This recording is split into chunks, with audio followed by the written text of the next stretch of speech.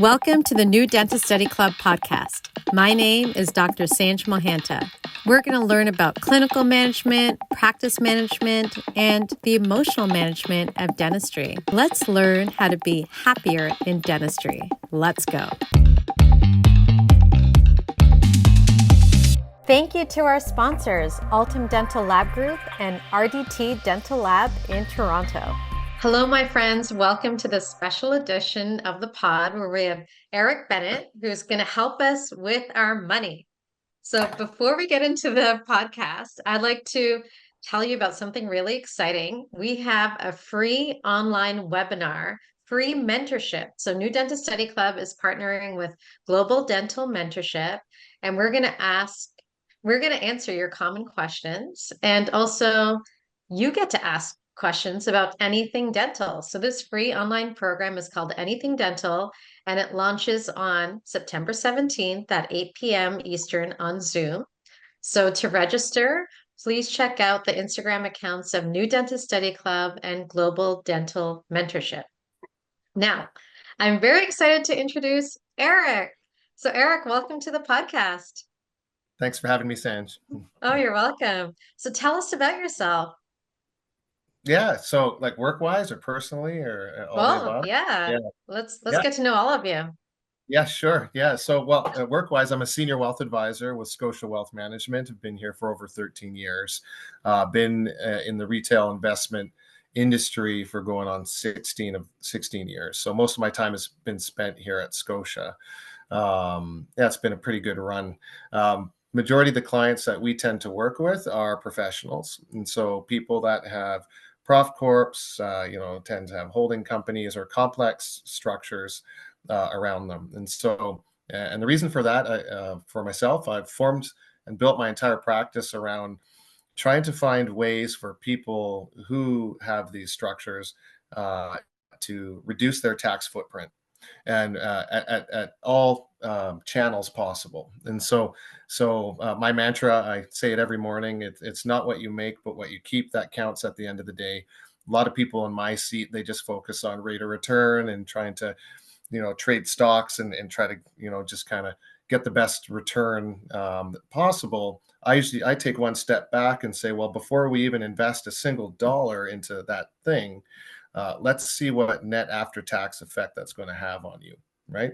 And it's an interesting thing because when I sit with people and I mention that, a lot of them go, well, that's not what we're used to. We're used to trying to buy the next new and exciting thing. So that's kind of what differentiates me a bit. I'm domiciled here in Calgary, and but licensed in every province except Quebec. So I have clients across Canada. And in the last couple of years too, we've been working a lot with dental professionals, and so so it's been a pretty awesome ride so far. Oh, thank you so much for that introduction, Eric. I love your mantra. It's not about how much you make, which is the dollar value that most people are concerned about, but how much you keep. Yeah. Now, why should a new dentist even pair up with a bank professional? Because I recently, had breakfast with a new grad, and she's like, I'm just going to figure this all out myself. Like it's all the information's online.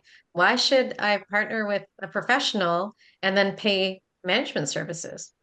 So what do Oh you yeah. think about that? Yeah. That's there's a big renaissance in the industry, right? In finance and on my side on the investing for DIY or do it yourself. And I think you're going to see a big renaissance on the banking side of things where you're going to see different forms of banks coming in, and you can kind of get away from your traditional big six Canadian banks. I think ultimately what you get by working with, say, one of the major firms is you get a collective experience of that firm. And so that's what's actually why I love working with my banking partners at Scotia is, collectively across the country, they have thousands and thousands of dental clients, right? And many of them are at all different stages of their careers, just starting, just buying a clinic, maybe mid-career and making a transition, maybe towards the end of their career, looking for kind of a retirement option or a succession option. And so what's really cool by working with a professional team is that they have that collective experience across the country, and they can tap into that at any given time and say, well, you know what, you out here on the East Coast, we did this for this client, and it had this net result. But over here on the West Coast, we tried to do something similar. It had a different result. And so when we have a client, depending on where you are geographically and where you are in your career, it pays to actually tap into that. So it's not just about paying the fees. It's saying, okay, Scotia, like we have a health care professionals banking team. So all they do is bank dentists, doctors, veterinarians. Like that's their core group, medical professionals. So you get what you pay for. Oh yeah. So yeah, I hope that answers your question. Yeah, I totally agree with working with experts. Like you can't get this information from ChatGPT or Google. You can't get all that wealth of experience. You can't Google that. So Mhm. yeah, totally recommend working with experts, including banking experts. Yeah, Now, yeah, new yeah. And dentist. Yeah, go ahead. oh, sorry, I was going to jump on that. There's something to be said about the human experience, and Yes. we're fast running to this idea of AI and automation, and let's cut out that relationship piece between people. Hmm. Just I can just plug it in and I'll get what I'm looking for. That's kind of nice on paper, and the Yeah. engineers talking about that, but in reality, nowadays, it doesn't matter what stage of your career you're in or who you are. There's a huge value to having a one-to-one personal relationship with someone. So no matter how far down the AI road we go with banking and finance, that what I'm seeing is the people that actually have the client-facing relationships uh, Hmm. they're more powerful now than ever before, and even behind, because they get to know you, they know your family. We Hmm. Yeah. get to learn about like why you're doing what you're doing, what you're struggling to do. Maybe we can try to bring other professionals and people in as we go, right? Because it's not a linear thing in life. And so Yeah, it's so yeah, true. so as the world runs quickly towards the AI and automation boom, and DIY, do it yourself boom, it's the other side is the big ballast of relationships are more important now than ever before.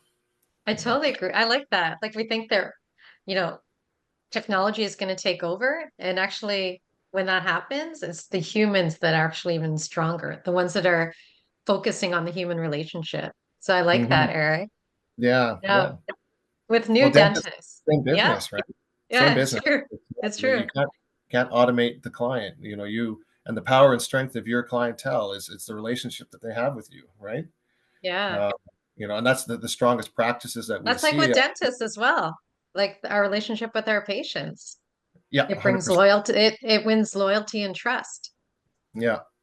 Yeah, you can't reverse engineer that. It's true. Now, Yeah. new dentists are graduating with so much debt. Plus, they want home ownership, practice ownership. So, what's your advice for all that debt? Yeah. Yeah, well, we're in a debt-laden world, especially in Canada. Hmm. So, um, like everything, there's good debt and bad debt. Okay. In my world on the wealth side, it's okay. Good debt is debt that you've accumulated that will be invested in something that you can deduct, right? So lower that after-tax cost of that debt. So when you borrow to invest in, say, income-producing assets and that sort of thing, that's really good. Bad debt is debt you can't deduct. Bad debt would be like credit card debt to buy things, Mm-hmm. that sort of, which is also a necessary evil as well. So you want to kind of define what debt you have. Student loan debt, of course, that's going to become, you can't get around that. So what you want to do is first off, just kind of put pen to paper and do a financial plan, or what we call a total wealth plan. It doesn't matter where you are in your career, what stage of your life, do a plan, right? And all that is you're just formulating all of your ideas and everything from where you are right now today, pinpoint it to today. And you're going Mm-hmm. to that you'll be speaking to assets, liabilities, income, expenses, right? And Mm-hmm. then based on that plan of where you are exactly today, then you can now extrapolate a few kind of forward-looking projections, right? And say, okay, I would like to get to this point. I would like to have a practice that is generating this much or employing these many people. Mm-hmm.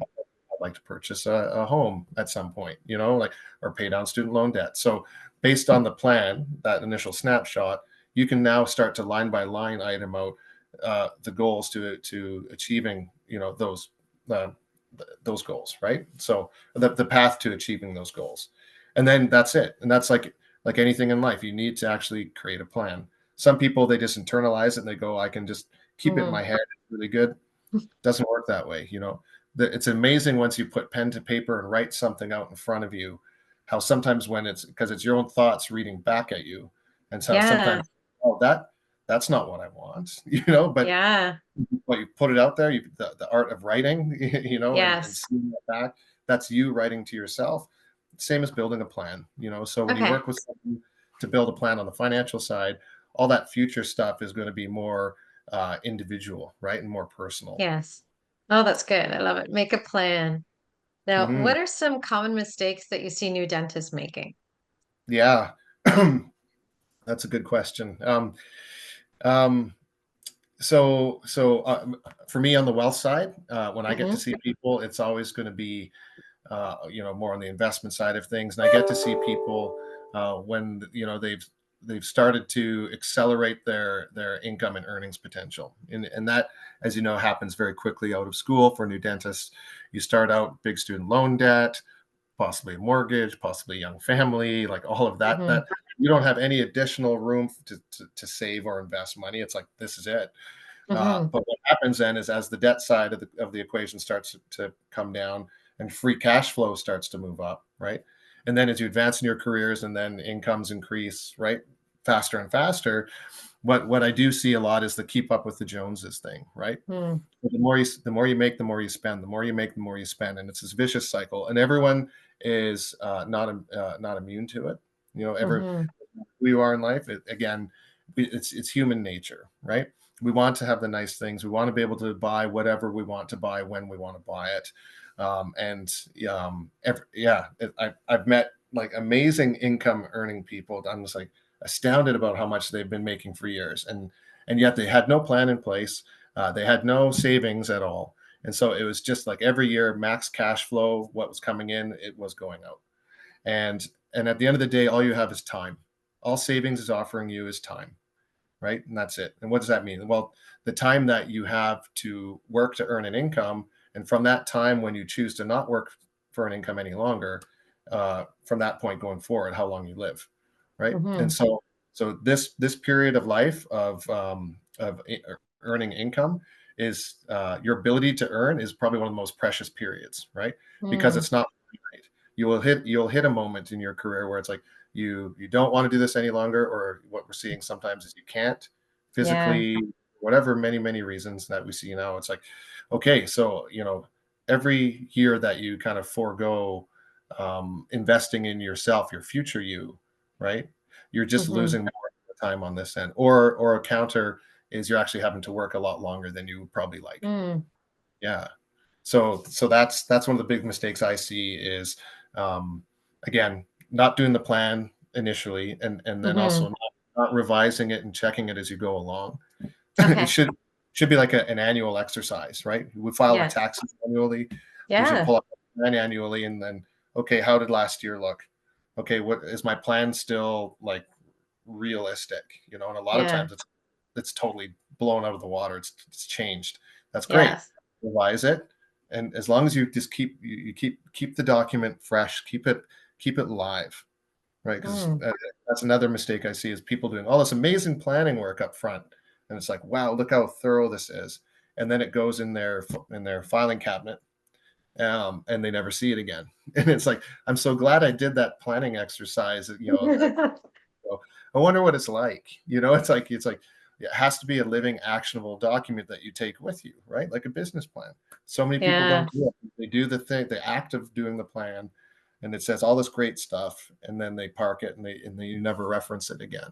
So that's another. And I'm not saying new dentists. I'm saying everybody. Yeah, That I'm thinking about myself and thinking about it's been years since I've done my financial plan. And Mhm. yeah, it's in the filing cabinet and I'm Yeah, not looking at it. I'm not following it. I haven't revised it, even though there's been major changes in my life. So yeah, you motivated me to do the plan and do it every year. So thanks, yeah. Eric. at least at least glance at it, you know, Yeah. Christmas Eve or something. I don't know, just Yeah, like exactly. dust it off and okay, Change the yeah, that's batteries in the smoke detector and check my yeah, financial plan. Okay, sure. that's my new system. Well, yeah. Yeah, aside from that, that's really it, you're an amazing career, right? As new Yeah, dentist and uh income earning potential is sky's the limit, yeah. you're essentially, working for yourself. You have the ability to expand and, uh run large businesses or just keep it very boutique and small and and have a good work-life balance. So like all of that really appeals to the individual, right? um but again, make sure the plan and make sure this idea of time is something that you think about often, you know Good. Thanks, Eric. And how about getting incorporated? Like, is there like m- a number that we should reach in our annual earnings and then start to think about incorporating? before it makes sense. Yeah. Yes. Yes, and I know we talked about this before. It's I always default. I'm like, that's a tax accountant question, tax professional. I don't want to give tax advice, but yes, if you are like a sole practitioner, right? Hmm. um, and you're basically you're spending like all of that money that you're receiving, all your revenue, then sometimes it's hard to say to warrant the creation of being professionally incorporated, right? But if you have a bigger practice, also the veil of incorporation is really nice too, right? So Mm. if you're in an industry like dentistry where maybe something could happen and legal action could be taken against you, that being incorporated kind of protects your personal assets in Oh, life good. from any sort of legal action against you. So like so some individuals are like, well, it's okay, I'll buy E&O or practice insurance for that, which is also really important. uh, Hmm. but that incorporation kind of also offers another layer between you and any sort of litigious things that could happen. I don't know of any examples for clients legally going after a dentist, but I'm sure they're out there. And just the fact Yeah. that that's where some individuals might say, well, I want to insure against that. Where other Okay. people might be like, it doesn't matter to me. Yeah. What else? So, So yeah, so for when associates, do you recommend associates incorporate? Yeah, that's a good question. Yeah. I don't I don't I don't I don't believe so, you know, Hmm.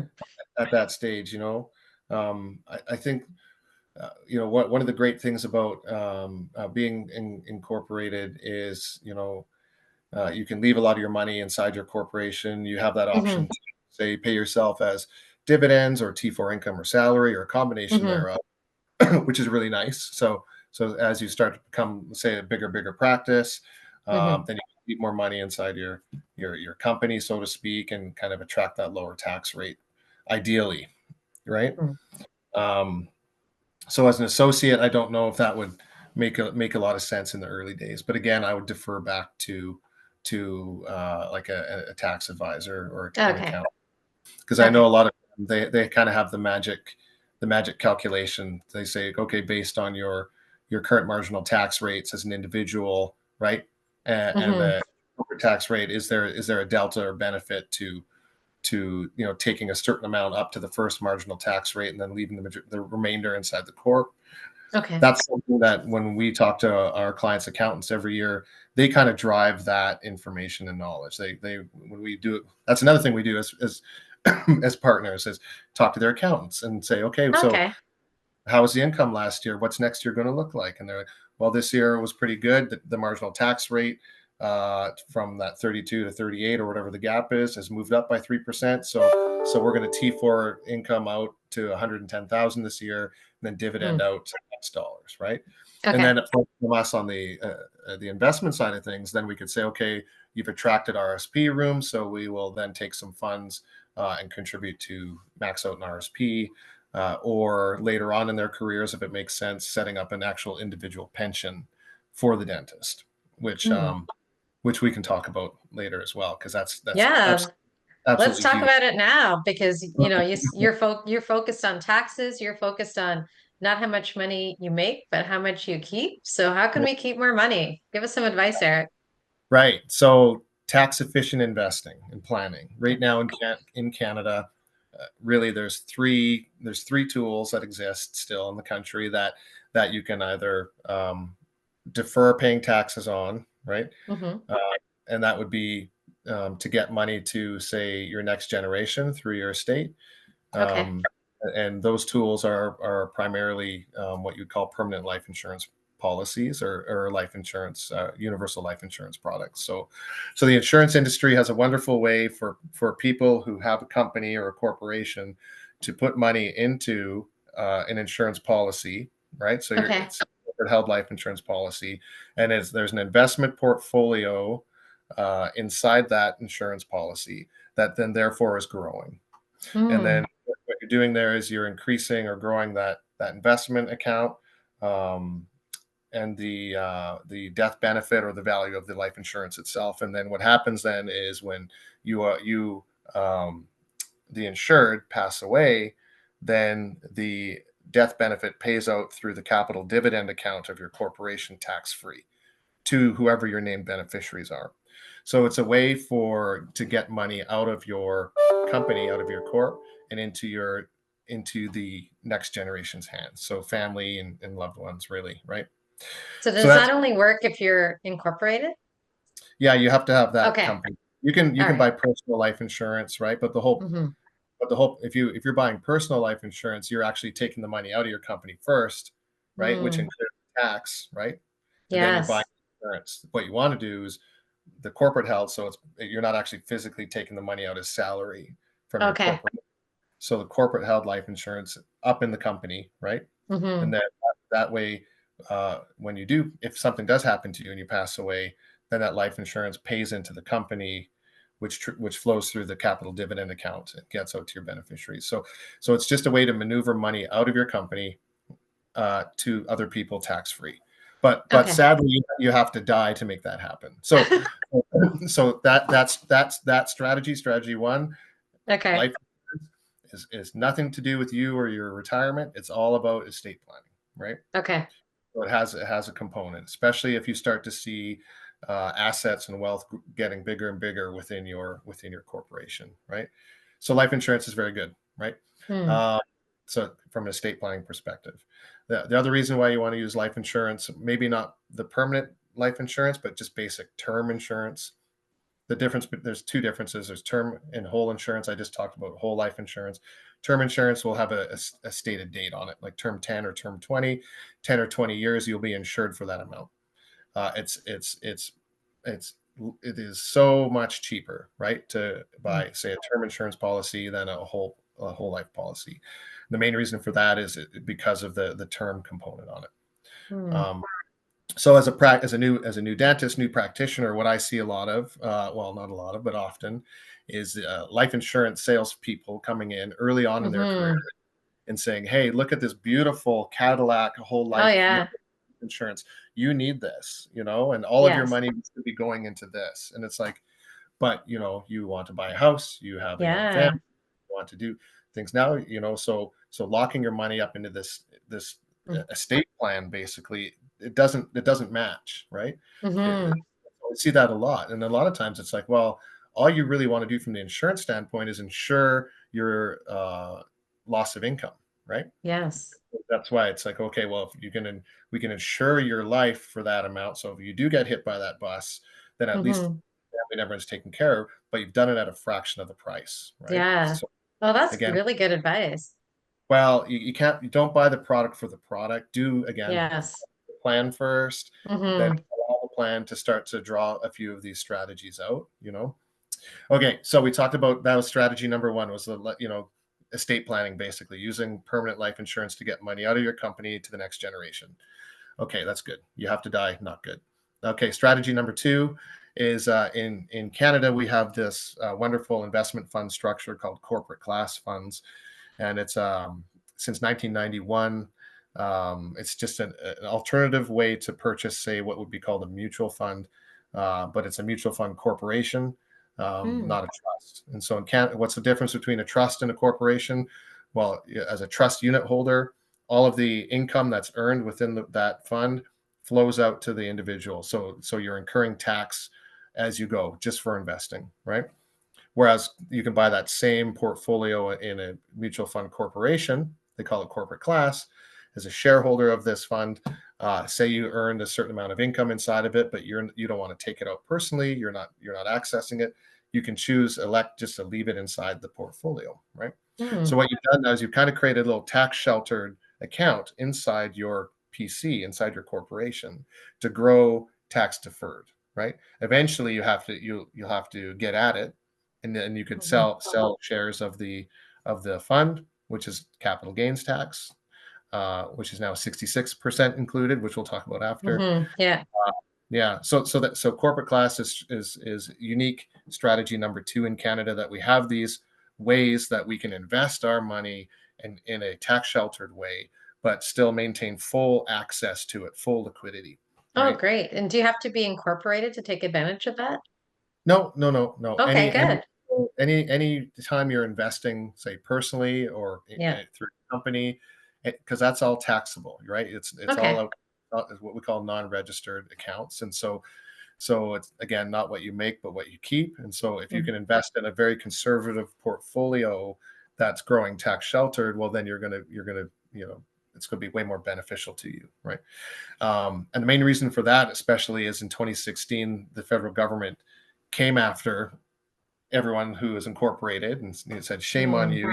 You need to pay your fair share, which was ridiculous, but that's what they did. And they put in this arbitrary passive investment income rule, right, which is $50,000 of passive income, which is not active income within your business. So investments, say you have a GIC, for example, and if you scrape up through that $50,000 limit, then you run the risk of running your small business, losing your small business tax rate. So what a cash grab, again, corporate class fund, every single investment fund company offers that. Every single bank, every single financial institution offers class or trust. So you have the option. Just as simple as that, and that now you've gotten rid of that passive investment income being distributed inside your corp. What a cool thing. Oh, that's great. Also, these portfolios can be held as security. So say you have this investment portfolio inside your corp, and you're like, ooh, I want to buy this clinic over here. You could sell your investment right inside the corp and use your funds there, or you just go to any bank and be like, hey, I got this big investment portfolio here. Use it as collateral, and I'll use your money to buy the clinic, right? And so that's the cool thing with these investments is you can also use them as security. Then you use bank money to go and make your clinic acquisitions. The cool thing with that too is that interest rate, that cost to carry, because you're buying a business, an income producing asset. Guess what? That interest rate is also tax deductible to you, right? So good debt, right? So don't use your own money to buy things. If you keep that thing growing and saving and growing tax sheltered, then anytime you see an opportunity to buy a real estate asset or buy something, use that as security and use the bank's money, Oh, that's great. Yeah. And then number 3, the third cool thing in Canada that you can use to defer and shelter from taxes is this concept of a defined benefit pension plan for individuals, or an IPP, an individual pension plan.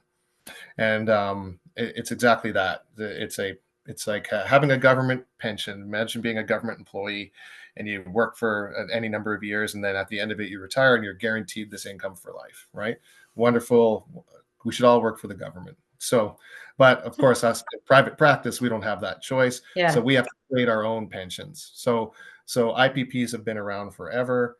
All that is now you're just through your company, through your corporation, through your PC, you're setting up an IPP, this pension plan for you and a spouse or a partner. Or it's usually just like an immediately attached person. So it's not a giant plan for employees. It's just you. And what you're doing then is you're taking pre-tax dollars from your company to fund your future retirement income, right? So smart. what's really cool is well, a number of things with the IPP. Every year you have to have this implied 7.5% rate of return. So every 2 years, the IPP through an actuary is reviewed. And so again, which is also really cool because we know that markets don't just go like this; they go Mm-hmm. and down and up and down, and cash rates, everything is always constantly cycling with a market cycle. And so any of those 2 year review periods, if your trailing rate of return in your IPP is below that 7.5, guess what you get to do? You get the opportunity, not the obligation, to fund up extra dollars, right, pre-tax from your company to what a 7.5% return would have been. So this is the a very smart tool for people, especially as you start to see your cash flows grow and you're starting to make more and more and more money inside your company. And it's like, okay, you don't want to keep taking it out now because you're incurring the highest marginal tax rate to do so. It's like, okay, the pension, you're not actually taking money out personally. The company is paying the pension over here for you, right? Mm. And it's creating that deduction to the corp that's offsetting that tax going out, or the money going out. So so an IPP, yes, check. That's like, I would say that's the Then, biggest thing that we've been doing, especially in the last couple of years here, thanks to all the challenging tax changes that have mm-hmm. taken place, especially coming after people with prof corps. It's Yeah. been like, okay, well, you do that, and they're trying to get you to take more money out of your corp, and they're trying to present value all of that tax load today because they need to spend money today, not tomorrow. So at least these things exist where you can say, okay, well, hold up, I want to guarantee that me and my spouse or partner have some sort of a guaranteed income later on in life because I don't want to do this for Mm-hmm. forever. So how can I do this in a very tax efficient way? Oh, cool. Another cool fact with IPPs is that they are bona fide de facto creditor proof, right? So Mm. latter, again, it's all about, again, protection. So if you're using your company, you're becoming more successful, you're allocating money into this pension, which is going to keep growing, keep growing, keep growing, tax sheltered, tax sheltered. And then if anything happens to you in life, uh, divorce, all kinds of things, any sort of legal action against you, even banks. Again, like if you defaulted on a bond or something with them, they couldn't come after your pension, right? So it's Mm. like, so it's just, again, something else where people are like, okay, how do I gain some certainty in life? That is, I didn't So, know that. That's great. Now, do you yeah, have to be incorporated to get an yeah, IPP?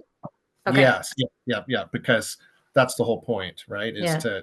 to not take money out personally or as a salary. You're effectively, using the company's earnings to fund your pension. Okay. Um, So for yeah, people who aren't incorporated, like th- associates, then the yeah, corporate class yeah. investments, you'd recommend any other tax strategies? Well, so as associates taking money out, that means you'd be getting paid as a T4 income. So Mhm. Actually, then, we'd be independent contractors. oh, okay, Yeah. yeah. So that would still be, so that wouldn't be paying you as a salary as T4. No. No. Okay. So as independent contractors paying into your companies then, right? Then that would be the same thing, right? Yes, corporate class would make a lot of sense. Yeah. Okay. Oh, Yeah. great. So tell us Yeah. about capital gains. We've been hearing that in the news Yeah. a lot. Yeah. So, if you ever capital gains are the gains inside an asset that you hold. Um, it, Non-registered pools of money. So say you have an investment portfolio that's grown by a certain amount. You're not paying taxes every year on it. You're only going to pay taxes when you sell the thing. And so for a long time now, capital gains inclusion rate in Canada has only been 50%. So say you make $100 growth on an investment and you sell it, you're going to pay tax on $50 of it at your marginal tax rate. So maybe depending on what your marginal tax rate is, maybe 20, $25 to Hmm. realize 100. So it's been like that for a long, long time at 50%. Now, just as of June 25th, the federal government jumped that from 50 to 66, 2/3. So that's an 8% increase.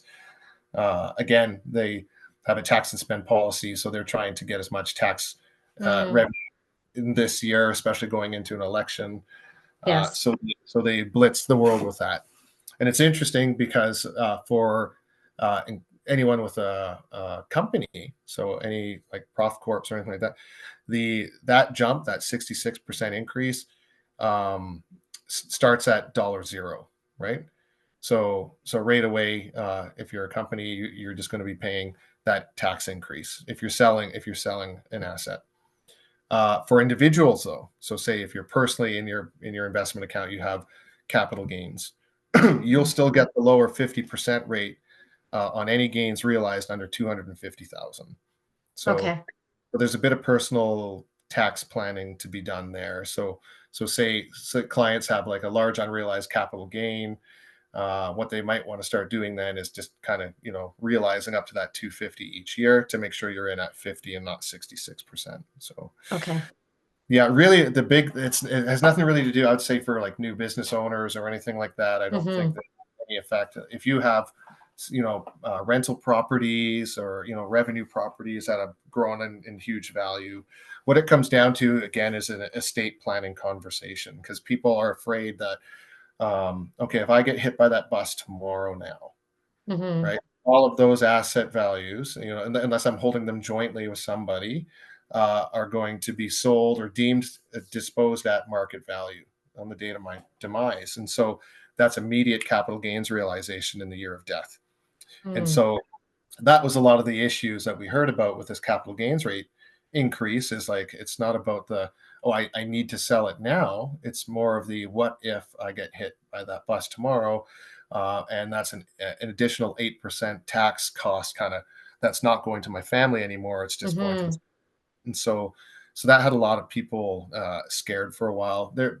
And some people, they did react and sold before June 25th, and so they realized a lot of tax in doing so. But now they're guaranteed at that 50% rate. Mm. Okay. Another better way that we handled it was the insurance side of things again, right? Mm. So you can, when you do your financial plan, comes back to the plan, you can kind of future value what your future tax liability would be when you die. And a Mm-hmm. lot of times when we match an insurance policy to that liability, that's what we're doing. So say it's like, okay, if you die at age 90, you'll have $1 million in taxes to pay. Again, it's so far in the future, Mm-hmm. it's always going to move, but that's the general idea. And some people go, well, I don't want to send $1 million to CRA, and it's like, I want more in my family. So they would say, okay, well, what would $1 million life insurance policy cost me, right? To cover. So when I die, Mm. instead of $1 million going to CRA, that tax liability is paid out through life insurance. And usually, when you look at the cost of life insurance premiums over the years, it equates to a much, much lower cost, right? Than just paying tax at the end. So matching life insurance to an estate tax liability is again part of the plan. So when they came out with this June 25th cap gains increase, we just took a lot of reviews of people's life insurance, because it's like, well, Oh, if okay. you get hit by that bus tomorrow, your insurance covered that much of tax liability. Now the tax liability has gone up by this much. We might just have to look at increasing your life insurance here, and that might have been Okay. a monthly premium cost increased of $50 or $100 or Mm. again. So yes, an increase in cost, but not a devastating factor, right? Yeah. So yeah. Well, thank you so much, Eric. I got so much out of this conversation. Number one, to have a Mhm. plan and to review it annually. Number two, to talk to your accountant to see if you should get incorporated. And if Yeah. you are incorporated, to take advantage of term life insurance and the individual pension plan. But we can all take advantage of the corporate class investments. Hmm. Yeah, it's Now, some. any final words? Yeah.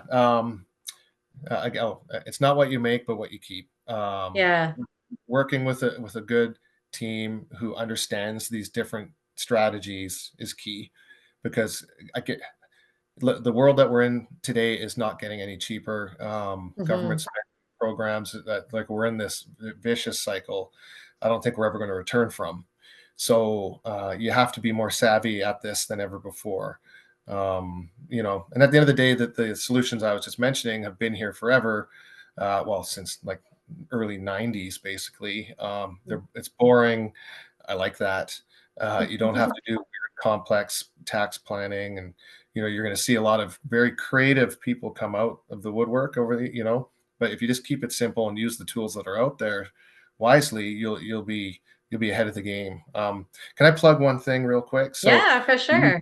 we do a lot of events across Canada, and so we were just there out in Toronto in the spring this year doing an event for a room full of dentists at the Leafs. We get to watch the Maple Leafs, Toronto Leafs practice and kind of private breakfast and that sort of thing. So this November 14th, I think it's a Thursday, we're going to be back up in the Toronto area hosting at the Hockey Hall of Fame. And so, nice. Yeah, so we'll be there. It's from Thursday evening, kind of 6 till 9 p.m. We're going to have some amazing partners on stage talking about individual pension plans and how they work for dentists. And so we have some amazing sponsors there, a group called Ivoclar, Tier 3, RDT Labs, West Coast Actuaries on the IPP side, Scotia Wealth and our group, and our friends from Approach MG. So it's going to be a wonderful event, free event. But we're already starting to gather RSVPs for that. So we will be sending out a registration link to everyone, and also a lot of dentists in that area are going to get a lot of invitations too. So maybe I can extend it through you, Sanj, and thank you so much for the invite. Yeah, would love to see you. I'll definitely promote it on our Instagram account. And thank you so much for your time today, Eric. Thank you for the wonderful invitation to the event at the Hockey Hall of Fame in Toronto on November 14th. And I love the fact that it's free and there's a lot of great education. So I love your mantra, and I'm going to repeat it before we leave. So it's not how much you make, but how much you keep. So Eric, if anyone wants to contact you, how can they do so? Yeah, so easiest way is eric.bennett at scotiawealth.com. And that's, or they could find me on LinkedIn or our website, www.bennettnasser, that's 2 N's, 2 T's, nasser.com. And so, but yeah, I'll send my contact information. And honestly, it doesn't matter if you're just starting out in your career or a senior in your career or everywhere along there. There'll be something for everybody at our little event at the Hall of Fame on the 14th of November. So would love to see you all out there. Yeah, I'm looking forward to meeting you in person, Eric. Awesome. Thank you so much for your time and giving your advice. Wonderful. Yeah, my pleasure. And thank you to the audience for listening. Bye. This podcast is sponsored by RDT Dental Laboratory, your full-service dental lab in Toronto. RDT Dental Lab will help you grow your practice through education, predictable restorations, and high attention to your clinical needs and patient experience. Check them out at rdtdentallab.com.